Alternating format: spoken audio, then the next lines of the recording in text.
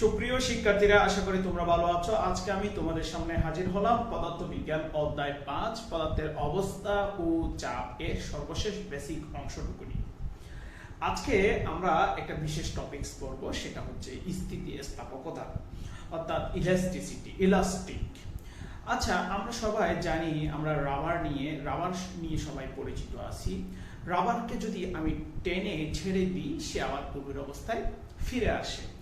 এই যে কোনো বস্তুকে তুমি টানার পরে আবার সে আগের অবস্থায় ফিরে আসছে, এই যে এই ব্যাপারটা, এটার নামে হচ্ছে স্থিতিস্থাপকতা। ধরো আমার হাতে একটা কলম আছে, দেখো এই কলমটাকে আমি বাঁকাইলাম, আবার ছেড়ে দিলাম, আবার পূর্বের অবস্থায় ছিল, কলমটা সোজা পূর্বের অবস্থায় ফিরে এসেছে।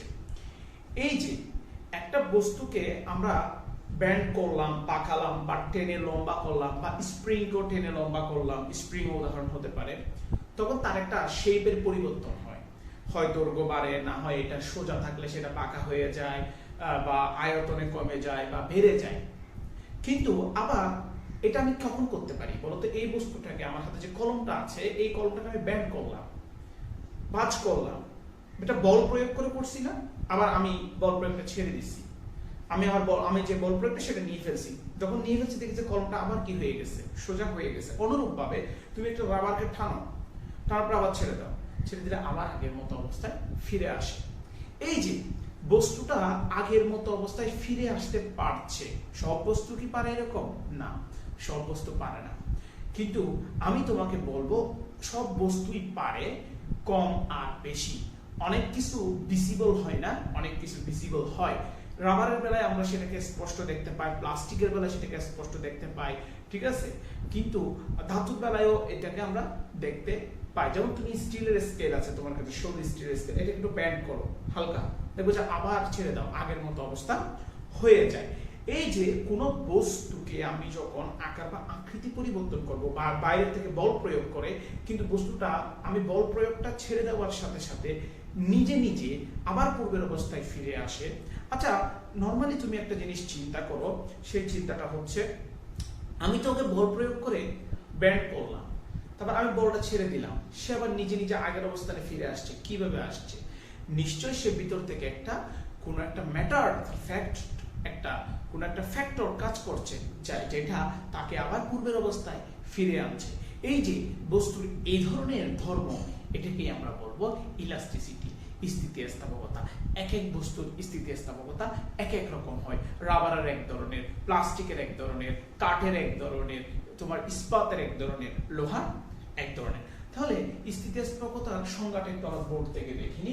বাহ্যিক বল প্রয়োগ করে কোনো বস্তুর আকার বা আয়তনের পরিবর্তনের চেষ্টা করলে, আমরা বাহ্যিক বল প্রয়োগ করলাম, প্রয়োগ করে বস্তুটার আকার বা আয়তনের পরিবর্তনের চেষ্টা করলাম। আচ্ছা, বস্তুটির নিছক একটি বানাদানকারী বল প্রয়োগ করে পূর্বের অবস্থায় ফিরে আসতে চায়। দেখো, এই তো নর্মাল অবস্থায় আছে, তো আমি বল প্রয়োগ করছি, আবার আমার ছেড়ে দিলে সেটা কি করছে? নিচ থেকে এটা, ওই যে বলছিলাম, একটা ফ্যাক্টর কাজ করে। ফ্যাক্টরটা হচ্ছে নিজের থেকে একটা বানাদানকারী বল আসে। আমি তাকে ব্যান্ড করতে চাচ্ছি, কিন্তু বস্তু নিজে নিজে ভিতর থেকে একটা আমাকে বানাদানকারী বল দিচ্ছে, ফলে সে পূর্বের অবস্থায় ফিরে আসতে পারছে। তাহলে বানাদানকারী বল প্রয়োগ করে পূর্বের অবস্থায় ফিরে আসতে চায়। তাহলে এই যে বস্তুর এটা একটা বিশেষ গুণ, যে কোনো একটি বস্তুর এটা হচ্ছে একটা তার বিশেষ ক্রাইটেরিয়া।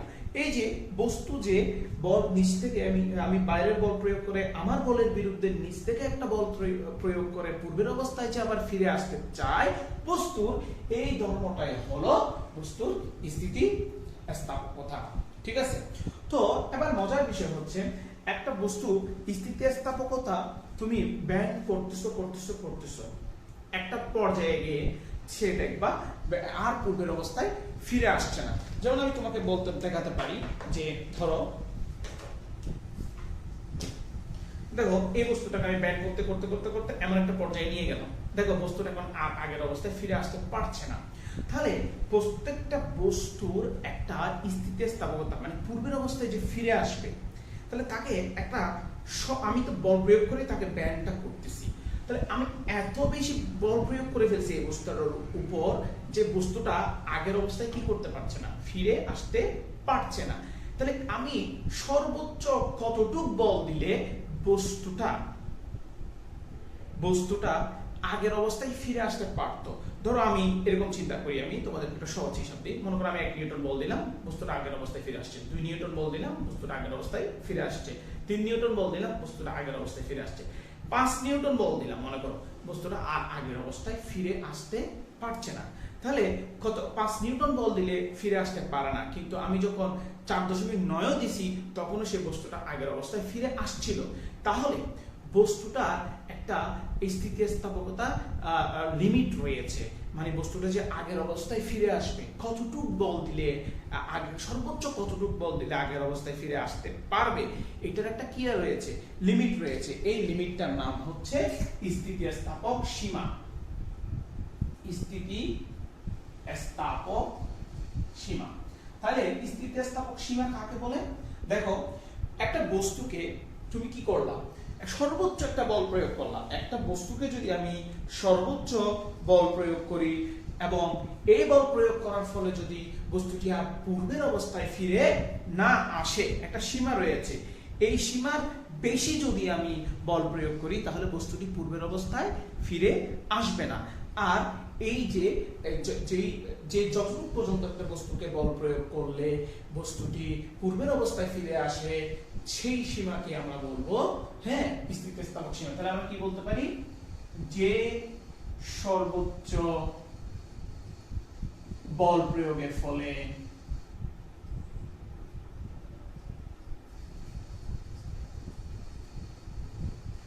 বস্তুটি পূর্বের অবস্থায়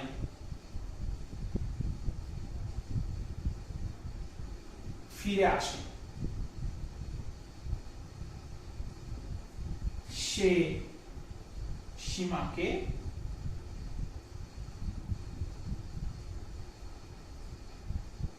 স্থিতিস্থাপক সীমা বলে।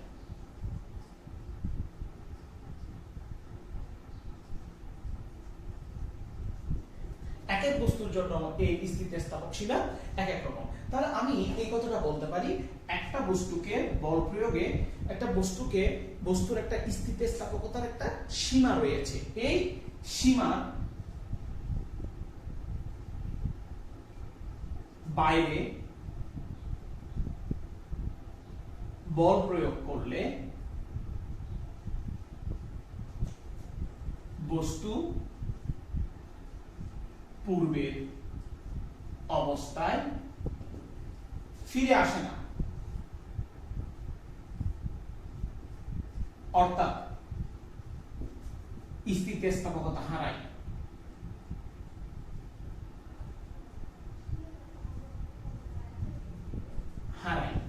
একে স্থিতিস্থাপকতা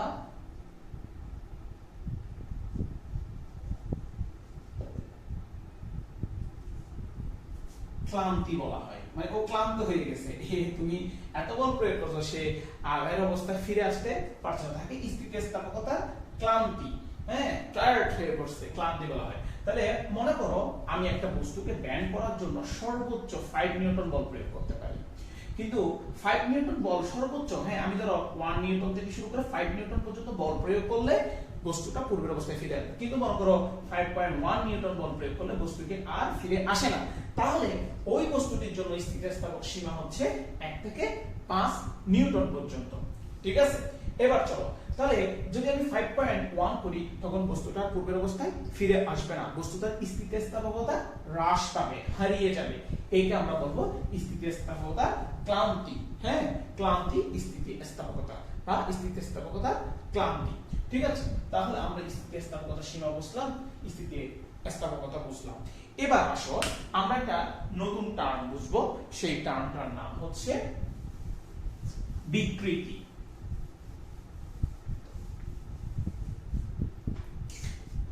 বিকৃতি বিকৃতি মানে সহজ কথায় আকৃতির পরিবর্তন। আকৃতির পরিবর্তন সহজ কথা, কোনো কিছুর আকার আকৃতি যদি তুমি পরিবর্তন করো তার নাম হবে বিকৃতি। তাহলে বিকৃতি কাকে বলে?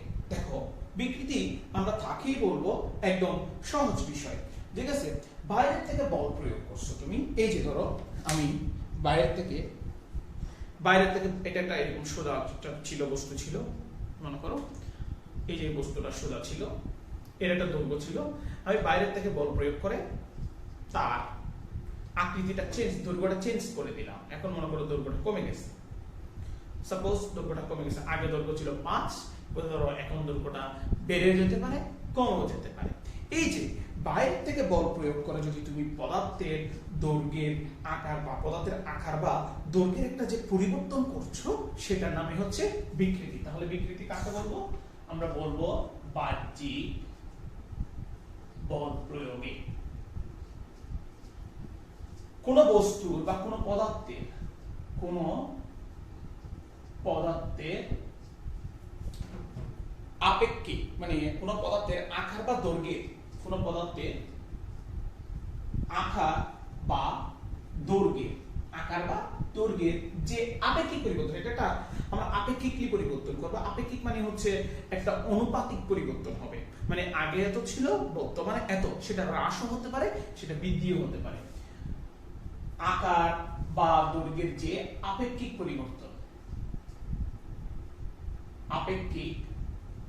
পরিবর্তন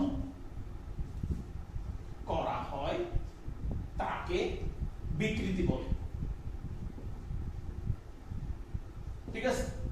এবার চলো, ধরে নাও তোমার কাছে একটা বস্তু আছে, সেটা হচ্ছে L0 দৈর্ঘ্যের, এবং আদি দৈর্ঘ্য হচ্ছে L0। এখন তুমি বস্তুটাকে মনে করো বল প্রয়োগ করেছো, বল প্রয়োগ করার ফলে বস্তুটার দৈর্ঘ্য বৃদ্ধি পেয়েছে, এতটুকু পর্যন্ত দৈর্ঘ্য বৃদ্ধি পেয়েছে, এইটা এতটুকু পর্যন্ত দৈর্ঘ্য বৃদ্ধি পেয়েছে। তখন এটা নতুন যে দৈর্ঘ্য মনে করো, সেটার নাম দাও L, দৈর্ঘ্য কি দাও, সেটা L। তাহলে ওর বিকৃতি কত হবে? একদম সহজ, আপেক্ষিক বলেছে, মানে একটা অনুপাত, আগেরটার সাথে বর্তমানে যে যতটুকু পরিবর্তন হয়েছে, কতটুকু পরিবর্তন হয়েছে বলতো? এতটুকু না পরিবর্তন হয়েছে অ্যাকচুয়ালি। তাহলে আমি কি লিখতে পারি? L minus L0, L minus কি L0, এটাই তো L minus L0। এটা যদি L0 হয়, এটা পুরোটা যদি L হয়, তাহলে এই অংশটা কত হবে বলতো? এই যে এতটুকু অংশটা পরিবর্তন, এতটুকুই না পরিবর্তন হয়েছে। মানে আমি যদি তোমাকে সংখ্যা তাত্ত্বিকভাবে বলি, আগে মনে করো 5 সেন্টিমিটার ছিল, এখন হচ্ছে 6 সেন্টিমিটার, তাহলে কত হবে? 6 মাইনাস 5 সেন্টিমিটার সমান 1 সেন্টিমিটার তার দৈর্ঘ্যের পরিবর্তন হয়েছে। তাহলে সুতরাং এই ক্ষেত্রে আমরা এভাবে মনে করতে পারি, ধরি L0 দৈর্ঘ্যের কোন বস্তুকে বল প্রয়োগে এর দৈর্ঘ্য বৃদ্ধি পেয়ে L হলো। দৈর্ঘ্যের পরিবর্তন কত হলো বলতো? দৈর্ঘ্যের পরিবর্তন তাহলে L মাইনাস L0। সুতরাং বিকৃতি কিরকম হবে? তাহলে বিকৃতিটা হতে পারে L minus L0 divided by L naught, পূর্বেরটা দিতে হবে। অর্থাৎ আমি বলতে পারি দৈর্ঘ্যের পরিবর্তন, বিকৃতি সমান দৈর্ঘ্যের পরিবর্তন ডিভাইডেড বাই আদি দৈর্ঘ্য। আচ্ছা দেখো, এখন আমি যদি এই বাস্তব উদাহরণটা একটু চিন্তা করে দেখি, দৈর্ঘ্যের পরিবর্তন বললো, দৈর্ঘ্য পরিবর্তন হয়েছে 1 সেন্টিমিটার, আদি দৈর্ঘ্য ছিল মনে করো 5 সেন্টিমিটার, তাহলে মানটা কত? 1/5। দেখো একক নেই, সরাসরি আমি এখানে একটা কথা লিখে দিচ্ছি, কেন একক নেই? দেখো তো, সমজাতীয়, আমরা জানি যে সমজাতীয় দুইটি রাশির অনুপাতে কি হয় না, একক নেই, সেন্টিমিটার সেন্টিমিটার কাটা গেছে, তাহলে 1/5। তাহলে আমি স্পষ্টভাবে বলতে পারি বিকৃতির কোনো একক নেই। মোস্ট ইম্পর্টেন্ট, বিকৃতির কোনো একক নেই। কেন একক নেই? কারণ ওর দৈর্ঘ্যের পরিবর্তনের এককও যেটা নিয়ে তুমি সেম একক, দৈর্ঘ্যের একক মিটার, মনে করো সেন্টিমিটার, আবার ওর আদি দৈর্ঘ্য ছিল মিটার বা সেন্টিমিটারে, আমরা একই রকম রাশি, দুইটার অনুপাত। তাহলে বিকৃতির সূত্র কি হতে পারে? বিকৃতির সূত্র হচ্ছে দৈর্ঘ্যের পরিবর্তন বাই আদি দৈর্ঘ্য। তাহলে বিকৃতি বিভিন্ন ভাবে হতে পারে। তুমি দৈর্ঘ্যের বিকৃতি হতে পারে, ক্ষেত্রফলের বিকৃতি হতে পারে বা আয়তনের বিকৃতি হতে পারে। তাহলে দৈর্ঘ্যের যদি বিকৃতি হয় তাহলে এই সূত্র, যদি তোমার ক্ষেত্রফলের বিকৃতি হয় তাহলে ক্ষেত্রফলের ভি ধরে আমরা বুঝবো, মানে ক্ষেত্রফলের পরিবর্তন ডিভাইডেড বাই আদি ক্ষেত্রফল, বা তোমরা যদি আয়তনের পরিবর্তন হিসাব করো তাহলে আয়তনটা হবে কি বলতো, আয়তনের পরিবর্তন ডিভাইডেড বাই আদি আয়তন, সেটা হচ্ছে সেটাও একটা কি আয়তনগতভাবে বিকৃতি। তাহলে টোটালি বিকৃতি শব্দটার অর্থ হলো যে কোন বস্তুর আকার আয়তনের কি হওয়া, পরিবর্তন হয়ে যাওয়া। যে আপেক্ষিক পরিবর্তনটা হয় সেটার নামই হলো বিকৃতি। অর্থাৎ আগে কিরকম ছিল, বর্তমানে কতটুকু পরিবর্তন হয়েছে, তার কতটুকু বিকৃতি হয়েছে। আমরা সচরাচর উদাহরণে বলি তার মুখের আকৃতি, এসিড মেরে তাকে মুখের আকৃতি বিকৃতি করে দিয়েছে, বিকৃতি করে ফেলেছে। জিনিসটা মানে ব্যাপারটা কিরকম, তার আগে একটা স্ট্রাকচার ছিল, এখনো একটা স্ট্রাকচার আছে, তাহলে আগের সাথে কম্পেয়ার করি, মানে অনুপাত করি, তুলনা করি। ঠিক আছে, আশা করি তোমরা এই বিকৃতির ব্যাপারটা বুঝেছো। বিকৃতি তাহলে একটা সংখ্যা হয়, হ্যাঁ, কোনো একক নেই বিকৃতি। এবার আমরা আরেকটা টপিকস পড়ব, সেটার নাম হচ্ছে পীড়ন।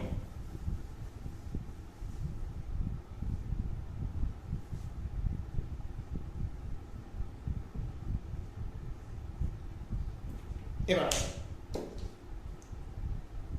তোমাদেরকে স্থিতিস্থাপকতা যখনই বুঝিয়েছিলাম তখনই প্রথমে একটা কথা বলেছি, সেটা হচ্ছে যে স্থিতিস্থাপকতার সংজ্ঞাটাতে আবার যাও।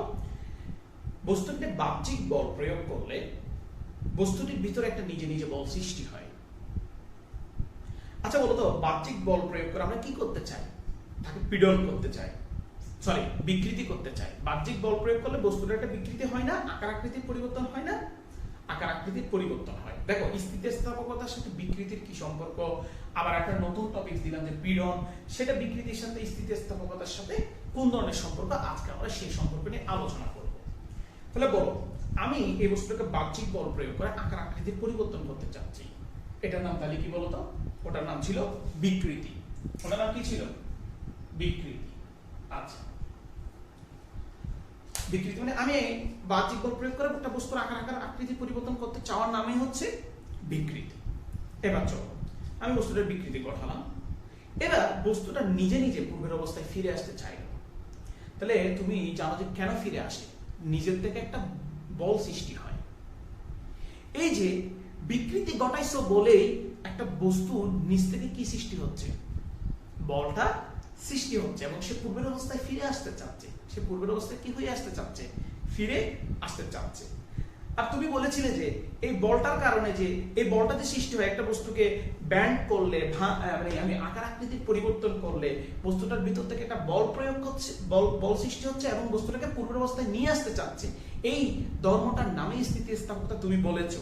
এবার এভাবে চিন্তা করি, আমি একটা বস্তুকে বিকৃতি ঘটালে, আকার আকৃতির পরিবর্তন ঘটালে, তাহলে বস্তুটার ভেতরে একটা কি সৃষ্টি হতে পারে, নিজস্ব একটা বল ক্রিয়েট হতে পারে, হয় কিনা? এই বলটা ক্রিয়েট হয়ে পুরো বস্তুটার উপর কাজ করে, বস্তুটাকে আবার পূর্বের অবস্থায় ফিরে আসে না, পুরো ওর ক্ষেত্রফলের উপর কাজ করে, একটা বস্তুর যে ক্ষেত্রফল রয়েছে সেই ক্ষেত্রফলের উপর কাজ করে আবার পূর্বের অবস্থায় কি নিয়ে আসে, ফিরিয়ে তাকে নিয়ে আসে। এই যে বলটা, এই বলটা যে পুরো বস্তুর একক ক্ষেত্রফলের উপর কাজ করছে, এই বলটার নামই হলো পীড়ন। অর্থাৎ কোন বস্তুকে তুমি যদি বিকৃতি ঘটাও, বস্তুটা পূর্বের অবস্থায় ফিরে আসার জন্য নিচ থেকে একটা বল ক্রিয়েট করে, আর এই বলটা এই বস্তুটার ক্ষেত্রফলের উপর প্রয়োগ হয়, মানে একটা চাপ সৃষ্টি করে, মানে চাপ দিয়ে আবার পূর্বের অবস্থায় নিয়ে আসে। আমরা জানি যে বল আর চাপ, বল আর বল যদি একক ক্ষেত্রফলের উপর প্রয়োগ করা হয় সেটা চাপ হয়ে যায়, কারণ আমরা এর আগেও পড়েছি F/A=P। ঠিক আছে, তাহলে আমি যেটা বলতে চাচ্ছি, পীড়ন কাকে বলে? পীড়ন একদম সহজ, পীড়নের ব্যাপারটা একটু দেখো। পীড়ন আমরা বলবো কোন বস্তুর উপর একক ক্ষেত্রফলে বস্তুর পীড়নের ফলে, সরি বিকৃতির ফলে বস্তুর অভ্যন্তরে, দেখো বস্তুকে তুমি যদি বিকৃতি করো, বস্তুটা পূর্বের অবস্থায় ফিরে আসতে চাইবে, নিজে একটা বল বল কি করবে, ক্রিয়েট করবে। তাহলে ফলে বস্তুর অভ্যন্তরে যে বল সৃষ্টি হয়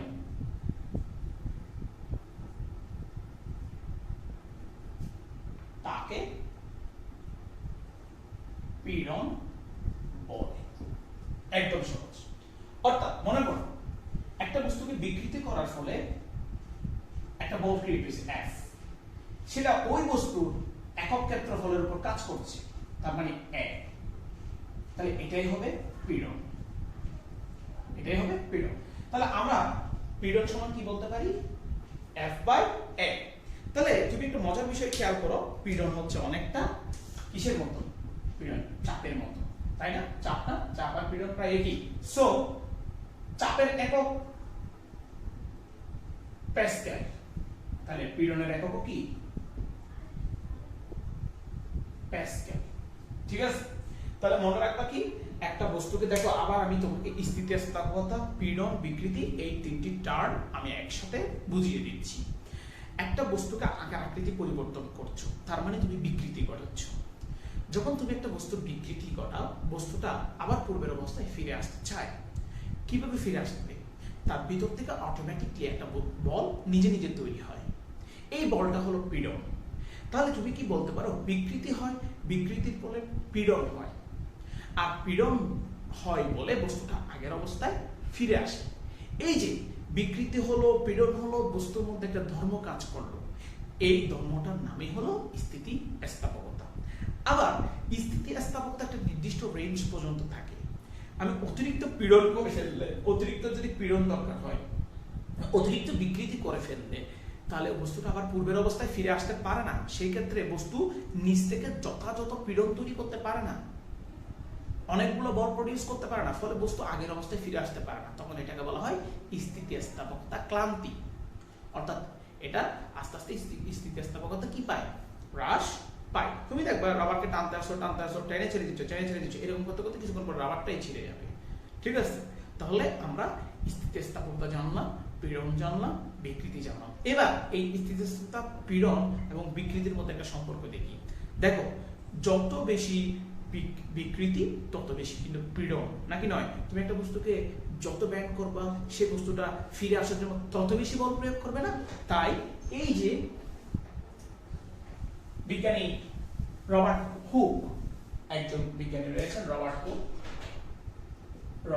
হুক একটা সূত্র দিয়েছেন। উনি বলতে চাচ্ছেন, দেখো আবার একটা জিনিস খেয়াল করো, একটা জিনিস বলে দিচ্ছি। স্থিতিস্থাপক সীমা বলছিলাম। দেখো, একটা বস্তু যখন স্থিতিস্থাপক সীমাকে ক্রস করে ফেলে, তখন কি আর কোনো বিকৃতি হবে, কিন্তু কি কোনো পীড়ন আসতেছে? কারণ পীড়ন তো তাকে আগের অবস্থায় ফিরিয়ে নিয়ে আসতে পারছে না। তাহলে কোনো বস্তু যদি স্থিতিস্থাপক সীমার রেঞ্জের ভিতর থাকে, তখনই তো স্থিতিস্থাপকতার ধর্মটা প্রকাশ পাবে। কথা কি বোঝা গেছে? তাহলে স্থিতিস্থাপক সীমা যদি ক্রস করে ফেলে, বস্তুটা তো বিকৃতি যেরকম অবস্থায় ছিল সেরকম অবস্থায় থেকে যাচ্ছে, আর পূর্বের অবস্থায় ফিরে আসছে না। অর্থাৎ পীড়নটা তার উপর যথাযথ কাজ করছে না। তাহলে উনি কি বলতে চাচ্ছে, দেখো হুক সাহেব কি বলতে চাচ্ছে, স্থিতিস্থাপকতার সীমার মধ্যে কোন বস্তু পীড়ন, বিকৃতি সমানুপাতিক। মানে জিনিসটি স্থিতিস্থাপক সীমার মাঝখানে থাকতে হবে। যদি তুমি যত বেশি বিকৃতি করো, তার মধ্যে তত বেশি কি তৈরি হবে, পীড়ন তৈরি হবে। স্বাভাবিক, তুমি যত ব্যান্ড করতেছো বস্তুটা আগের অবস্থায় ফিরে আসার জন্য নিচ থেকে তত বেশি তুমি ব্যান্ড করতেছো। কিভাবে? বাহ্যিক বল দিয়ে না। তুমি বাইরে থেকে যত বল দিচ্ছ, বস্তুটার ভিতর থেকে তত বল দিচ্ছে। স্বাভাবিক, আমি যত বেশি বিকৃতি করতে চাচ্ছি বস্তুটা, তত বেশি বস্তুটা আগের অবস্থায় বল দিয়ে, নিচ থেকে বল দিয়ে আগের অবস্থায় ফিরে আসতে চাচ্ছে। তো সমানুপাতিক বলা হচ্ছে, তাই মানে কারণ বাড়তেছে, এটাও বলে এটাও বলছে। সুতরাং আমরা বলতে পারি পীড়ন সমানুপাতিক বিকৃতি। পীড়ন সমানুপাতিক কি হবে? বিকৃতি হবে। তাহলে আমরা কিভাবে বলতে পারি, বা পীড়ন বাই বিকৃতি, সরি এভাবে লিখো, আমি যদি সমান চিহ্ন দিতে চাই এখানে একটা ধ্রুবক আনতে হবে, ধ্রুবক গুণ বিকৃতি। তাহলে আমি যদি এভাবে লিখি পীড়ন বাই বিকৃতি সমান সমান ধ্রুবক। ঠিক আছে, এই যে এখানে একটা ধ্রুবক দেখতে পাচ্ছ, এই ধ্রুবকটাকে কি বলা হয় জানো? এই ধ্রুবকটাকে বলা হয় স্থিতিস্থাপক ধ্রুবক।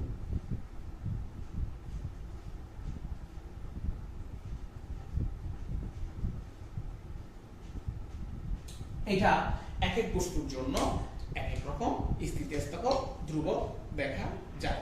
তাহলে আমরা এখন বুঝতে পারলাম, কি বুঝতে পারলাম বলতো?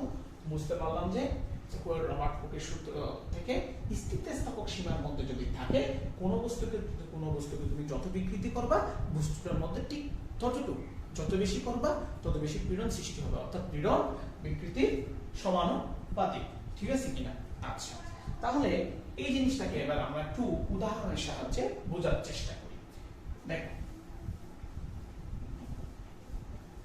মানে কিভাবে পীড়ন বিকৃতি সমানুপাতিক হলো এবং এটার উপর বাস্তব একটা প্রয়োগ দিই। আচ্ছা, ধরো তোমার কাছে একটা তার আছে, লম্বা তার, ধরো এর দৈর্ঘ্য L0 এবং এর প্রস্থচ্ছেদের ক্ষেত্রফল a, প্রস্থচ্ছেদের ক্ষেত্রফল a। এবার এই বস্তুটার উপর তুমি একটা কাজ করো, বল প্রয়োগ করলা, F বল প্রয়োগ করলা, F বল প্রয়োগ করলা, প্রয়োগ করার ফলে এই বস্তুটা বৃদ্ধি পেল, দৈর্ঘ্য বৃদ্ধি পেল। F বল প্রয়োগের ফলে এই বস্তুটা কি বৃদ্ধি পেল? দৈর্ঘ্য বৃদ্ধি পেল। অর্থাৎ টান বলতে পারো, নিচের দিকে টানলে টি টেনশন দিও এরকম বলতে পারো। আমি কোনো বস্তুকে টানতেছি, তাহলে এখানে একটা টান কাজ করতেছে, টানও এক ধরনের বল। তোমাদের বইয়ে অনেক সময় টি লিখবে, এফ না বলে টান, মানে কোনো বস্তুকে টানলে যে ফোর্সটা দিচ্ছ সেটাকে টেনশন দিয়ে তারা কি বোঝাতে চায়, কেমন? টেনশন মানে টান। সেখান থেকে টি শব্দটা ইউজ করে, এফ এর পরিবর্তে কি ইউজ করে? টি শব্দটা ইউজ করে। এই এফ এর এই জায়গাটা এখানে একটু লাগাই দিলে তো টি হয়ে যাচ্ছে নাকি? আচ্ছা, তাহলে ইকুয়ালস টু এফ ও বলা যায়। ঠিক আছে? আচ্ছা, তাহলে এখানে আমি এফ দিয়ে করাচ্ছি বোঝার সুবিধাতে।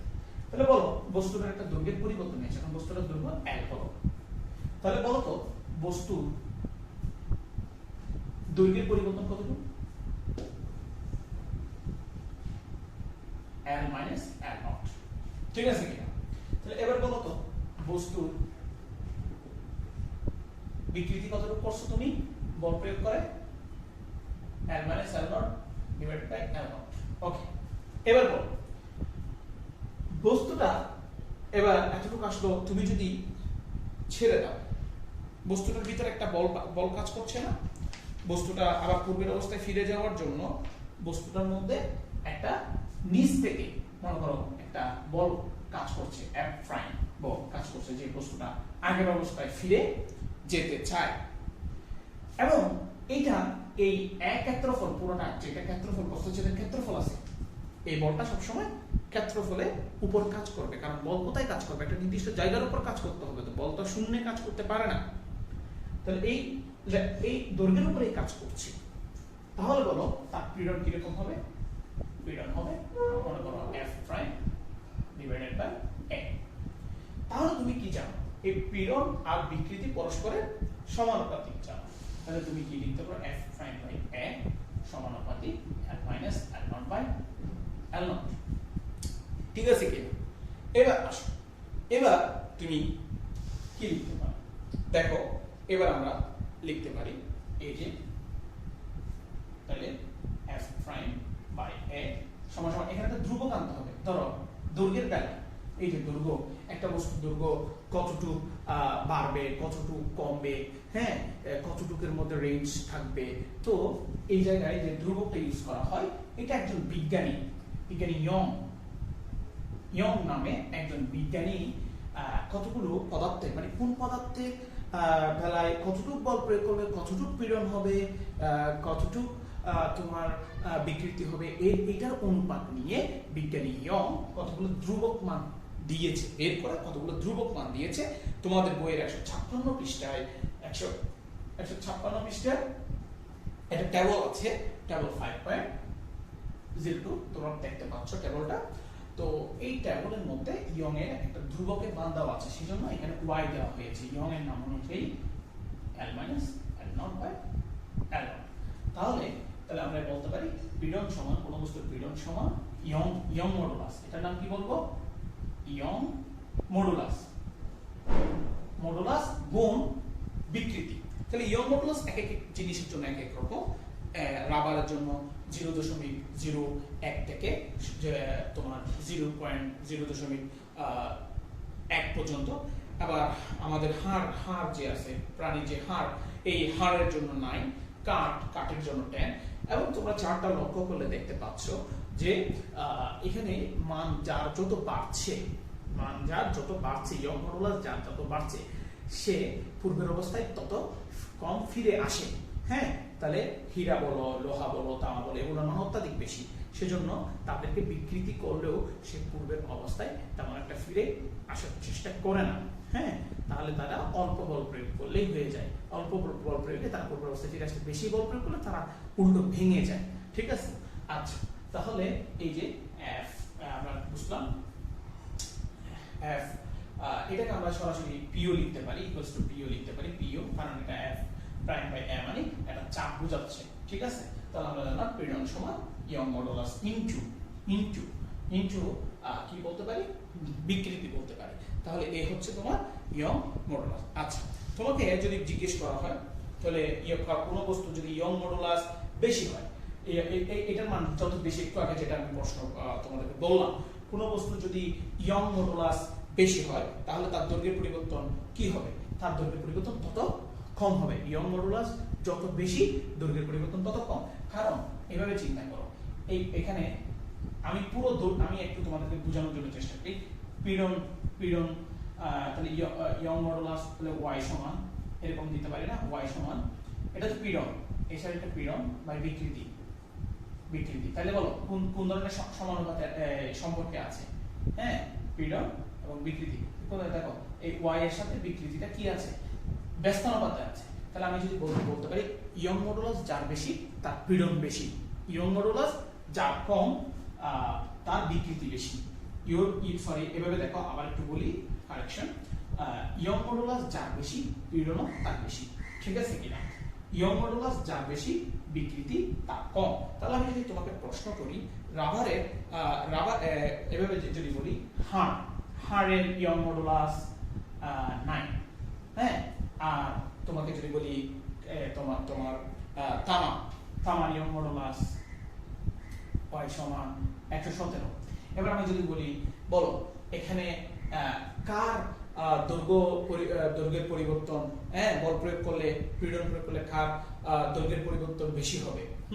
তাহলে বলো, তাহলে আমি বলবো যে যার ইয়ং মডুলাস কম তার দৈর্ঘ্যের পরিবর্তন বেশি। তাহলে যার ইয়ং মডুলাস বেশি তার দৈর্ঘ্যের পরিবর্তন কম, আর যার ইয়ং মডুলাস কম তার বিকৃতিটা কি হবে? বেশি হবে, কম্পারিজন। তাহলে এই ক্ষেত্রে দৈর্ঘ্যের বিকৃতি কার বেশি হবে বলো তো? দৈর্ঘ্য বিকৃতি কে বেশি করতে পারবে? বিকৃতি বেশি করতে পারবে যার ইয়ং মডুলাস, হ্যাঁ, কম। তাহলে ইয়ং মডুলাস কম কার? হ্যাঁ, আমরা দৈর্ঘ্যের বিকৃতি বেশি করতে পারবো। ঠিক আছে কিনা? কারণ ব্যস্তানুপাতিক সম্পর্ক, হাড়ের মান কম, ইয়ং মডুলাস সে দৈর্ঘ্যের বিকৃতি সেজন্য বেশি হবে। কেমন? আর তামার ইয়ং মডুলাস বেশি, তামার ক্ষেত্রে অনেক বেশি, সেজন্য তার বিকৃতিটা হবে অনেক কম। ঠিক আছে কিনা? তাহলে ওই চারটা আমরা দেখলাম। এবার আমরা একটা পদার্থের বিভিন্ন আণবিক গতিতত্ত্ব নিয়ে আলোচনা করব। আমরা কয়েকটা টপিকস দেখি এবং আণবিক গতিতত্ত্বগুলো নিয়ে আলোচনা করি। আমরা পদার্থের তিনটি অবস্থা সম্পর্কে জানি, সেটা হচ্ছে কঠিন, তরল এবং বায়বীয়। আমরা কেমিস্ট্রিতে পড়েছি পদার্থের আরেকটি চতুর্থ অবস্থা আছে, সেটি হচ্ছে প্লাজমা অবস্থা। তাহলে পদার্থের এই চারটি অবস্থা থাকুক না কেন, সকল পদার্থের জন্য একটা থিওরি রয়েছে, একটা তত্ত্ব রয়েছে। এই পদার্থের তত্ত্বটার নাম হচ্ছে পদার্থের আণবিক গতি তত্ত্ব। কিভাবে এই পদার্থগুলো ডিফারেন্স হলো, কঠিন পদার্থ কেন দেখতে একরকম, তরল পদার্থ কেন একরকম এবং বায়বীয় পদার্থ কেন একরকম, তা আমরা কেমিস্ট্রিতে দ্বিতীয়তে পড়েছি এবং আমরা এখানেও একটু জানবো, কারণ এখানে পদার্থ এবং আমরা চাপ, পদার্থের অবস্থা এবং চাপ নিয়ে পড়ছি। তো চাপের কারণে পদার্থের এক এক অবস্থার সৃষ্টি হতে পারে। তো তোমরা জানো প্রত্যেক পদার্থ অণু নামক ক্ষুদ্র কণা দিয়ে গঠিত এবং পদার্থের অণুগুলোকে কণা বলা হয়, বিন্দুর মতো, একদম ছোট ছোট ছোট ছোট বিন্দু। যেমন কঠিন পদার্থের কণাগুলো আমরা সবাই জানি এভাবে একদম একসাথে লাগানো থাকে, খুব কাছাকাছি কাছাকাছি লাগানো থাকে। আর তরল পদার্থে কঠিন একটু দূরে দূরে থাকে, ঠিক আছে কিনা, একটু দূরে দূরে থাকে। আর গ্যাসীয় পদার্থের বেলায় আরো দূরে দূরে থাকে। আচ্ছা, এবার দেখো পদার্থের অণুগুলো সর্বদা গতিশীল। এই জিনিসটাই হচ্ছে পদার্থের গতিতত্ত্বের, আণবিক গতিতত্ত্বের মূল বিষয়। পদার্থের অণুগুলো সর্বদা গতিশীল। ব্যাপারটা কি? ব্যাপারটা হচ্ছে এই যে কঠিন বল, তরল বল, যে অণুগুলো আছে সবাই নিজ নিজ অবস্থান থেকে কাঁপাকাঁপি করতে থাকে। তবে গতিশীলতা সবচেয়ে বেশি হচ্ছে বায়বীয় পদার্থের, তারপর হচ্ছে তরল পদার্থের, তারপর হচ্ছে কঠিন পদার্থের। অর্থাৎ কঠিন পদার্থগুলো কণাগুলো নড়ে, তবে নিজ নিজ অবস্থান থেকে হালকা হালকা কম্পিত হয়। তরল পদার্থগুলো আরেকটু বেশি বেশি নড়ে এবং গ্যাসীয় পদার্থগুলো একদম ছোটাছুটি করতে থাকে। আরেকটা বিষয় হচ্ছে অণুগুলো, দেখো এই যে অণুগুলোর দূরত্ব, এদের আন্তরিক আকর্ষণের ব্যস্তানুপাতিক। কিরকম?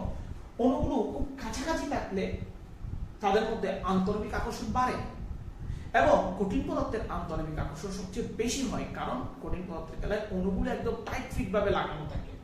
অন্যদিকে তরল পদার্থের বেলায় এই অণুগুলো একটু দূরে দূরে থাকে, সেজন্য আন্তরিক আকর্ষণ কমে যায়, সেজন্য তরল পদার্থকে সহজে তুমি পৃথক করতে পারো। অন্যদিকে গ্যাসের বেলায় নেই বললেই চলে আন্তরিক আকর্ষণ, তারা অনেক দূরে দূরে থাকে, গ্যাসীয় কণাগুলো অনেক দূরে দূরে থাকে।